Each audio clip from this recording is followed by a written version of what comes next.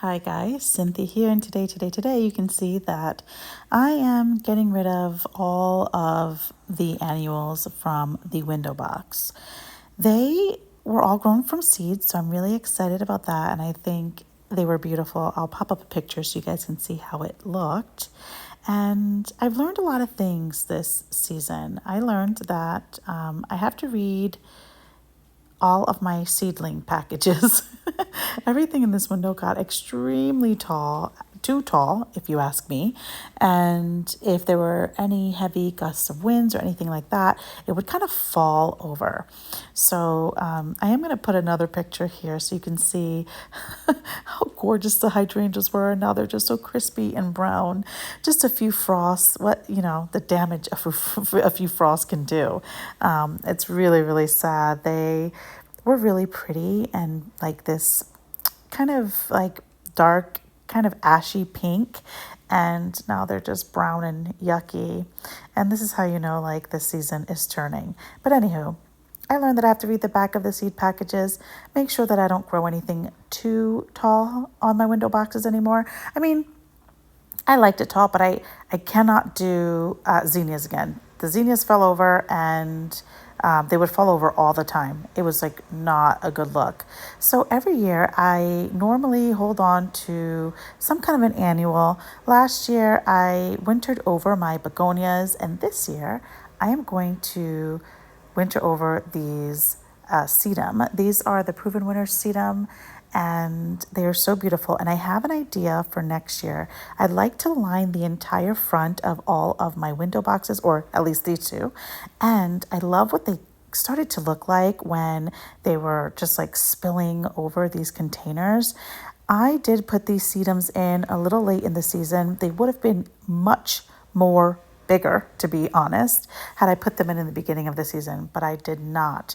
And the ones that you see in the container, they were cuttings. Like I split everything in half and then I threw it in. So I think it's a total of maybe like 1, 2, 3, 4 total tiny sedums that I split in half, and they turned into this, and it's quite amazing. So I'm just going to winter them over this year and see what they do. Look at that. So I'm just showing you that you want to just make sure you get some of the root. The cool thing about these succulents is that they actually root themselves. So if you just like took cuttings and placed it in dirt, I'm pretty sure they would also take, because that is exactly how I did these containers. I just took a bunch of cuttings and kind of shoved them in. But I really love the chartreuse color of these, and I love that they just kind of pop from the road, and that they are drought tolerant, which is so important for this side of the house, especially in my containers. So I decided to do a voiceover, mostly because it was pouring rain, and just the sound of the cars driving by and all the droplets of rain.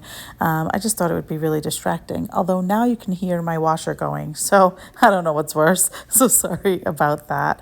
Again, I definitely love the idea of having, I don't know, something drought tolerant. If you guys have any ideas what I can put over here. So remember, I'm keeping the sedum just put in the front so it can spill over, but I would like something bright and colorful in the back. I was thinking of truffle pink comfrena, because I would only really need maybe 2 plants because they get so big, or even 3 per window box. I would try 2 just to see what happens there. But I was thinking something like that, because one year I grew truffle pink comfrena and it just exploded, and it was so beautiful, and all the butterflies loved it. And the comfrena that I have in the window box, I did start from seed, but it took a really long time to take off, to be honest. And I don't know if I like the deep purple. I really like the idea of bright pink. I also thought about carpet zinnias, because they're a lot smaller, but they're not really drought tolerant. I'm not exactly sure what I'm going to do, but if you have any ideas, please put them below for something drought tolerant that is bright, colorful, and I don't know, would stand out from the road. So I'm just continuing the cutting back process. I think like watching these videos is kind of therapeutic. Let me know what you think. I love looking at things, get cleaned up. So I decided to use my green stock because I had some soil in it already, and I thought, instead of putting these sedums in individual containers, let me throw it in a green stock, put a little grow light over it, and voila. So that's what I'm doing, and I think it'd be easier just to kind of move around, the basement area. So, and it's a really good size. I believe there's like 6 slots. Yeah, there's like 6 little bump outs in the green stock. So that's plenty to put in my window boxes and plenty to put in the containers for next year. So I'm just like kind of throwing them in there willy-nilly. I did not fill the entire green stock full of soil. You saw it was about halfway full. They really do not need that much soil, so I wouldn't go ahead and fill it. Plus, it's going to be really, really heavy. And again, I don't think they need that much soil. But I went ahead and put sedums in all 6 of the slots. And then I also filled the center part. You know how like there's like that little area? Just to make sure that, I had plenty for next season. And you'll see that I'm just all shoving it in. Now, I'm not exactly sure how these are going to do over winter.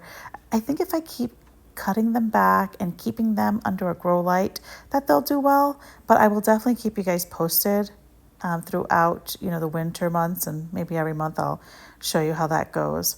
But just to get like the legginess off and, stop it from looking a mess, I decided to give it a really, really harsh cutback. Sedums and all succulents, they grow back really, really quickly, so I'm not too concerned. So I'm just shearing it back, and you could take all the little cuttings that you cut off and throw them in soil, but I believe that this one container is plenty. In fact, it might be too much sedum. Who knows? But I have ideas if it's too much. So I'm just giving it a good haircut, and I am going to water it in, and I'm going to put it in the garage for now just to drain. And then tomorrow I'll put it in the basement and put a grow light under it. But I do need to clean the basement area. My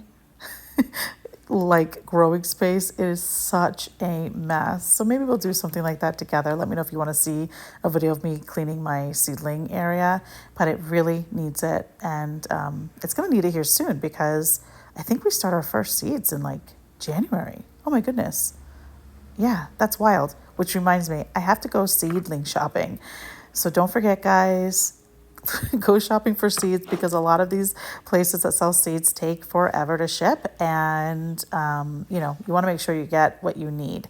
But I'm watering it in and just cleaning the container also, just from any dirt. But I just want to say thank you guys so much for watching. If you like it, like it. If you're not subscribed, I'd love to have you. And remember, if you didn't get it done today, there is always tomorrow.